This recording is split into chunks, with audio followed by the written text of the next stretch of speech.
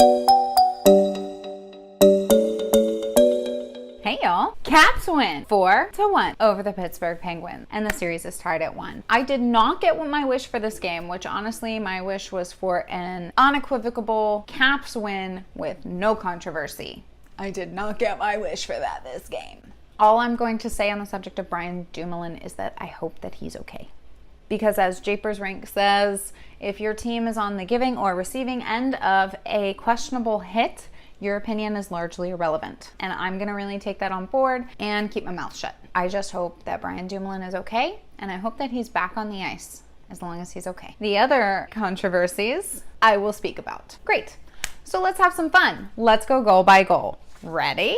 At 1:26 into the first period, there are a couple of board battles along the wall. Tom Wilson bumps the puck out towards Evgeny Kuznetsov, although it's taken by Patrick Hornquist, and Kuz puts pressure on Hornquist, so he tries to get rid of the puck and basically sets up Alexander Ovechkin to go high glove side on Matt Murray with a shot that he'd like to have that one back, I think. And the Caps are up 1-0. Awesome.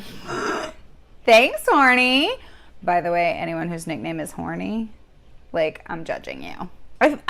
You know, that goal was credited as unassisted, but I'm just like, okay? Except that I think, never mind. A decent amount of the rest of the first period goes by without penalties or scoring. So I've forgotten a lot of the other things that happened in period 1, although I think I'm repressing some of them, like as for instance, anything that came out of Mike Milbury's mouth. But at 12:59 into the first period, Sidney Crosby goes off 2 minutes for hooking Nicholas Backstrom. I always enjoy seeing Sidney Crosby in the box because he looks like a little angry pony. When he's in there, he's stomping his little feet, and I love it. It makes me happy. I just love to see that boy sit in the box. I just do. And of course, power play 1 comes out for the Washington Capitals, and Brian Rust is on Alexander Ovechkin like white on rice. He can't do anything. It's ridiculous. Like, power play 1 did not have a whole lot of success in this game, and that's unfortunate. But with only 30 seconds left in that power play 2 comes out. Braden Holtby grabs a clear and kicks it up to Jacob Vrana, who takes it into the offensive zone, bumps it over to Lars Eller, who sets him up in front of the net. It's in the back of the net. Jacob Vrana scores his first goal in the playoffs. My son! I'm so proud of my sweet son. Oh, God! What do you mean you're challenging for goaltender interference? Sully! That's my son! So I sit there, and I'm watching and waiting as the review happens. And as we were waiting for the refs to make their call, I just wanted to hold his little face, give him a little hug.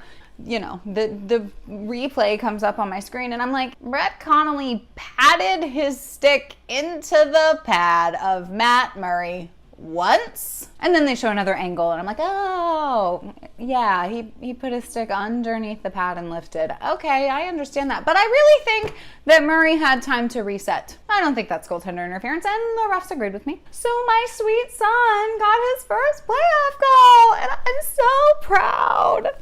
And that's the first period. Caps are up 2-0 going into the first intermission. Oh, good. That's great. Not 2 minutes into the second period, a pass in the neutral zone is picked off by Lars Eller, who springs Brett Connolly, who he's all alone, into the offensive zone, shoots high glove side on Murray, and it trickles through that 7-hole, and then it's 3-0. And I'm like, okay, I feel better. You know what? I feel better. 10:57, Sidney Crosby sets up a cross-ice pass for Patrick Hornquist, and Braden Holtby is completely out of position, and it appears that Patrick Hornquist may have shoved the puck past Braden Holtby's skate and into the goal. I will say this. I did not see any conclusive evidence from any angle that was presented to me that told me that was a goal. Then again, I'm wearing this t-shirt, so I admit that I'm biased. But also, the call on the ice was no goal. In order to overturn that, you need conclusive video evidence, and I did not see that. Apparently, the refs did not either. And whether you subscribe to the league does nothing but love on the Pittsburgh Penguins or the league does nothing but love on the Washington Capitals, I say to thee nay, the league loves nothing better than a 7-game series. So if we're going to have a conspiracy theory, I think it's that. Money. They want the money. Now, let's be real. No lead is safe against the Pittsburgh Penguins.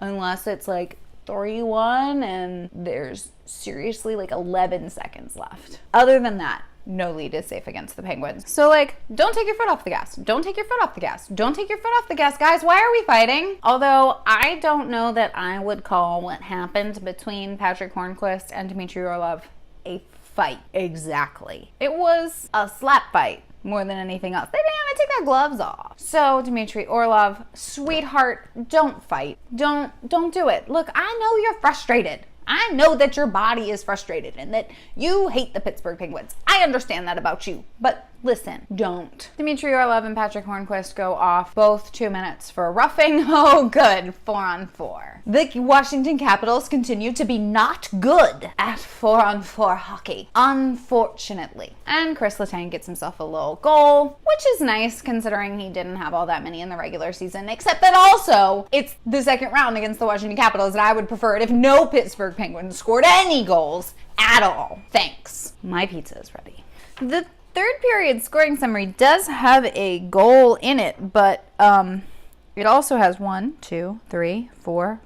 6 penalties. And it definitely should have had 9 and maybe 10 because I don't see anything on here about tripping Devontae Smith-Pelly, despite the fact that Devontae Smith-Pelly was tripped and careened into Matt Murray. Devontae Smith-Pelly, I will fuck you up. Oh man, I will die on a battlefield, Devontae Smith-Pelly at this point. Like, I know he was only on a 1-year contract, but get him back. TJ Oshie, 2 minutes for interference. Yeah, I'll buy that one. Chris Letang, 2 minutes for holding. Yeah, and Mike Milbury out here going that Kuznetsov sold it. I'm sorry, he was in a bear hug. Derek Brassard, 2 minutes for tripping. Evgeny Kuznetsov, 2 minutes for slashing. There should be another one there that says Chris Letang, 2 minutes for slashing, too. I'm just saying. I'm sort of glad there wasn't because, like I said, the Washington Capitals continue to not to be good at 4-on-4 hockey. And the Washington Capitals did continue to be good at killing penalties. But with 7 seconds left in the game, Eller picks up a clear at center ice and attempts to go for the empty net. Doesn't really work out, so Tom Wilson picks it up and attempts to go for the empty net. Doesn't really work out, so Nicholas Backstrom goes, damn it, I'll do it. And pops it right in the empty net. Caps win 4-1. I do not get my wish for a completely incontrovertible Caps win. Exactly. The Caps do win 4-1.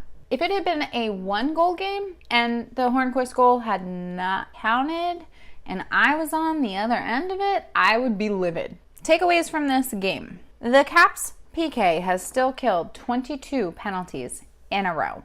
We have a 1 power play goal for the Capitals and none for the Pittsburgh Penguins. Bye. That's a really big key for this series. Keeping the Penguins power play unit off the scoreboard. And whether you do that by not taking stupid fucking penalties, which I would prefer, and I'm sure my heart would prefer, and my blood pressure would prefer, and my roommate might prefer, because I get loud during PK. I literally chant, come on PK, come on PK, come on PK, come on PK, come on PK, through an entire penalty kill. Or if you continue to just have really good penalty killing, either way, that's fine. The Penguins' first power play of this game had 2 shots on goal for the Pittsburgh Penguins and 2 shots on goal for the Washington Capitals. If you continue to do that, that's fine. Go ahead, do what you gotta do, boys, I guess. This series is headed to Pittsburgh tomorrow. What I want to see from the Washington Capitals, keep up the 0 PPGs for the Pittsburgh Penguins. Good job. Way to go, Braden Holtby. Don't let off the gas.